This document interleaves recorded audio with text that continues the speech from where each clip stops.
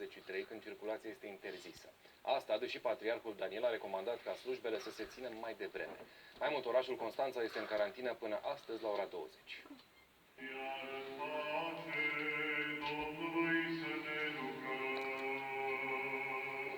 Deși circulația este interzisă după ora 23, aproape 100 de credincioși au ignorat restricțiile și au participat la slujba de la miezul nopții, unul dintre ei fără mască. Trebuie să respectăm și Sfânta Biserică și încercăm să le îmbinăm, nu ne teamă în biserică, pentru că aici suntem protejați.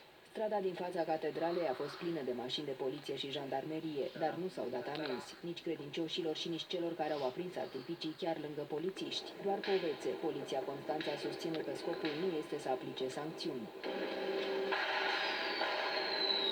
V-au sfătuit să purtați mască.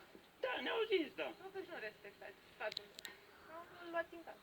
Statul respectă omul? Patriarhul Daniel a recomandat ca slujbele să se țină de vreme, astfel încât oamenii să